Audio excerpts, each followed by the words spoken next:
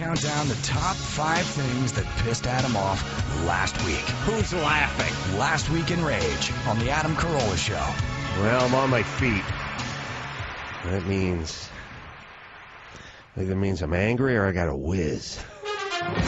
No! Nothing! Last week. Are you high? I get angry. I hate that. In Rage. Nothing! Number 5. Commercials for medication I've never used, will never use, and don't see myself ever using. I'm into the millions of minutes at this point. Latest is the Flomax one. The 4 guys with the one token black guy in there who clearly isn't friends with any of these guys, but somebody said we got to shoehorn a black guy in with all the gray hairs, so they got that guy in there, and they're driving along in their Mustang convertible, and they have to keep pulling over and taking a whiz, and the other ones are on a boat, and they got to keep taking a whiz. First off, I understand the concept of taking a whiz. I don't need to see the old-timer limping to the bathroom every 10 seconds, but I just thought to myself, look, at the end of every one of these commercials, whether it's for the Flomax or whether it's for the whatever, for it's the Vagisil, or forget about all the stuff. I don't have a vagine. I've seen 2,000 commercials just for that area as a dude, and then they always say, consult your doctor. Well, how about you just go consult your doctor? I don't need a commercial telling me to tell you to go consult your doctor. Just go consult your doctor. If you can't make a trip to the mailbox without stopping every 10 feet to take a whiz, feel free to consult your doctor and leave me alone. I want to see real commercials. Commercials, for pizza and monster trucks. Yeah. Real stuff that I can enjoy, or that GoDaddy commercial, or all that good, healthy commercial stuff. I don't want to see a commercial with old man having to take a leak, and I don't want to see one with the vag of this and the cream of that and ass stuff, whatever it is. I don't even want to see cough syrup commercials. We get it. You get coughs. You go to the store, you buy your crap, you come home. I'm tired of the goddamn medication commercials. And hold on. And then the 20-minute disclaimer at the end of the commercial with, projectile vomiting. Yeah, it could cause hot sweats, cold sweats, fever, dizzy. And what you shouldn't do, don't try to ditch a plane in the Hudson River. Do not attempt to walk a tightrope between the World Trade Centers. Like, yeah, we get it. There's a bunch of crap. By the way, consult your doctor. Let him tell you what not to do. I'm going to operate some heavy equipment. Let him tell you what not to do. All right, thank you. What's going on over there? Kellogg's dropping Phelps. Number 4. Guy smokes a little weed. All he does is swim around like a grouper in a tank, and we just cheer and throw money at him. Let him rip a B-load. Jesus Christ, he was on a college campus. Last time I checked, you almost have to smoke weed on a college campus. I mean, it really like they would toss you off the campus if you didn't rip a B-load. Let the guy be a 23-year-old. Let the guy enjoy himself. But listen, Kellogg's, you hypocrites. You guys just make stoner kibble. That's all you make. Everything you make is for stoners. You make Pop-Tarts, Frosted Flakes. You make the Rice Krispie treats and the Rice Krispies. You make a s'mores breakfast cereal.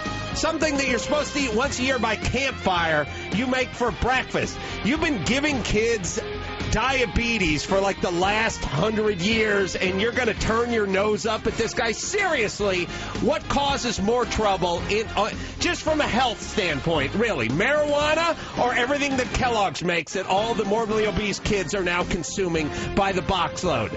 Really? And you're turning your nose up at this herb that grows wild? There's a wild herb that grows. We don't put on any weight, and it doesn't do anything to your blood sugar, and it doesn't do anything to your insulin levels. That's nothing bad for you. But you're turning your nose on that, yet you're feeding kids sacks of sugar for breakfast? You hypocrites. Kiss my ass. Number 3. Tyler Perry movies. I don't know if you guys know this cat. It's Oprah's best friend. He came up with this hysterical thing where he plays Medea. He's a sassy, physically violent, heavy-set black woman. Great role model. A great role model. He's like, every single one is, I'll kick your ass! Don't give me my gun! And it's not even threats of violence. It's violence. It's give me my gun. I'm going for my shotgun. Really? This is, and Tyler Perry's such a hero. by the way, to the black community for portraying people of your own as just crazy, hysterical, violent women. This is awesome. Meanwhile, he's on Oprah because it's like, hey, this guy, he's, oh boy, what a pillar of the community. What a role model. This guy is making millions of dollars just because he's black. Pure and simple. That's the only one who sees his movies. That's his only audience. He goes on Oprah. These movies suck. They're horrible. His TV show, House of Pain, pain spelled like it's someone's last name. Oh, that's some funny stuff. The double on. Morbidly obese black people just yelling at each other.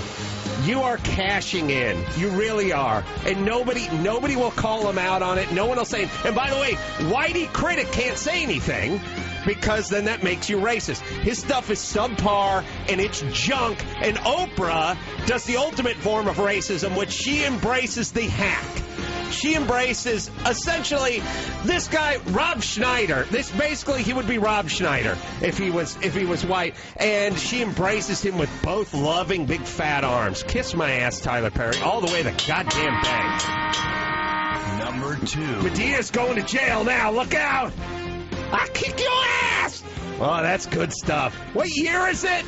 What year is it? All right. The guy who took the picture of Phelps, the guy or the girl, the vermin. I'm upgrading you to vermin because I'm feeling good. You took this picture and you sold it for measly $400 and you essentially ruined somebody's life. Now look, I don't believe these pictures should be legal even when they're on public grounds, but when you're in someone's dorm room and you're partying, can a guy party? Can a guy get his groove on anymore? Jesus Christ, the guy has been swimming nonstop for the last 20 years. He wants to take a break and rip a bong load, and you got to get out the camera phone and take a picture and ruin this guy's career. But from a society standpoint, all we want to talk about is Phelps smoking weed. That's not the topic. The topic is privacy. What the hell has happened to our society? Really? Guy can't go to a party in a dorm room on a college campus and smoke a little herb without someone taking a picture of this guy and spreading it all over the planet? And all the news outlets want to do is talk about Phelps. Is he setting a bad example? Does he have a problem with marijuana? So on and so forth. What about the a-hole who took this picture? Remember when everyone went nuts over this Patriot Act 5 years ago? We're doing it to ourselves. Forget about Gitmo. We're living in Gitmo. You can't move. You can't take a step without someone taking a goddamn picture of you and putting it on the internet. That's the real erosion of our democracy. That is our Patriot Act. Thank you. Number 1. Oh, the prostitution sting. What was this story, T? A guy in New York was just trying to rent an adult movie at an adult movie shop, and he was approached by a cop who said, do you want to go home and have sex? And then busted him when he said yes. Yes. As I've said many times, we're always short on cops. There's two things we don't have. We're always short on firemen and we're short on cops. But the difference between firemen and cops is firemen don't just stand around buildings that aren't burning waiting for something to happen in large groups and then occasionally setting them on fire themselves, which is basically what they do when they ask you, hey, would you like a date?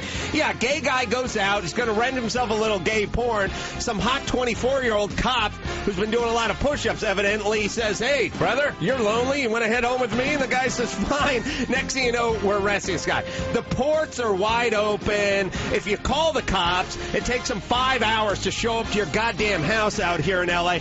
There's never enough cops. Well, if we don't have enough cops, perhaps cruising the gay section at the video store is not where we need them. Perhaps being out on the street, solving crime, busting crime, stopping crime is where we want them. And by the way, is anyone...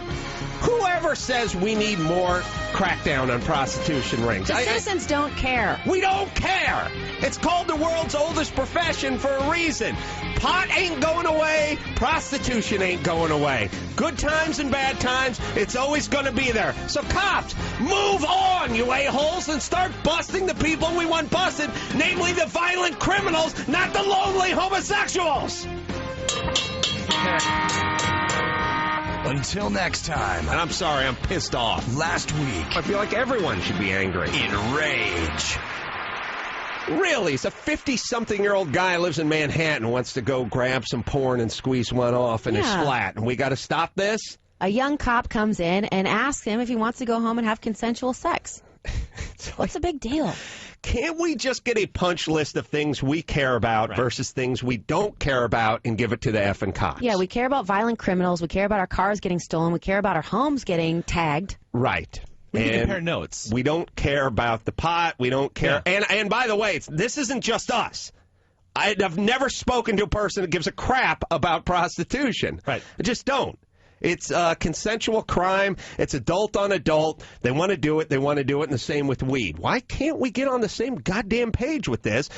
The cops look at our list and they'll be like, wow, really? Getting your car stolen. Number one, I had prostitution. This is crazy. I had no front license plate. Yes. No front license plate on your car. We should have gotten together a long time ago. By the way, a good barometer for if something is a crime we care about, it would be illegal in all states. For example, I can't go to Nevada and murder somebody. Yeah. Right.